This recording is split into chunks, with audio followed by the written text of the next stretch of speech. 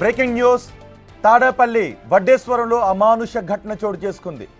కన్న కూతుర్ని కన్న తల్లే వేరే వ్యక్తుల దగ్గరకు పంపిస్తూ వేధింపులకు గురి చేస్తోంది.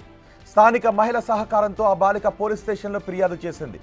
ఇష్టం లేని పని చేయను అని చెప్పినా తన తల్లి బలవంతం చేస్తోందని ఆ బాలిక ఆవేదన వ్యక్తం చేసింది. తనను చైల్డ్ హోమ్కు తరలించాలని పోలీస్ స్టేషన్లో కన్నీళ్లు పెట్టుకుంది బాలిక.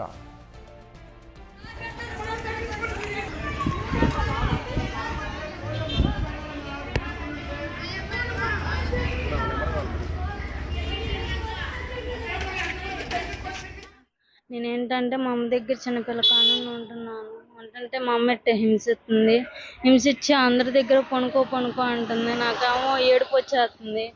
మళ్ళీ ఏమో కత్తిపెట్టి పొడి చేస్తాను, నేను బతకనీను, నువ్వు పోలీసులకు ఏమైనా చెప్తే ఇచ్చేస్తాను అని బెదిరిస్తున్నారు.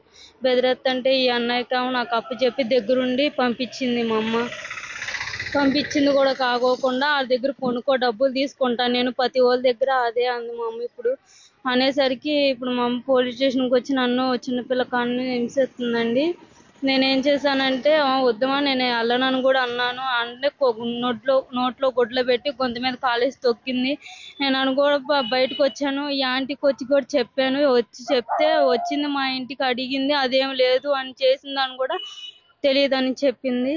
చెప్తే ఈ ఆంటీ ఏమో మాట్లాడి ఇది చేసింది.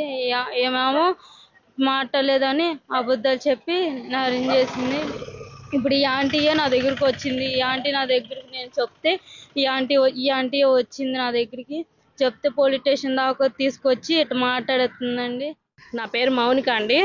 అయితే మొన్న 2 రోజుల క్రితం వాళ్ళ అమ్మగారు వచ్చి మా పిల్ల కనపడతలేదు, కొంచెం స్టేషన్కి వెళ్దాం కంప్లైంట్ ఇద్దాం రా అని తల్లి వచ్చి చెప్పింది.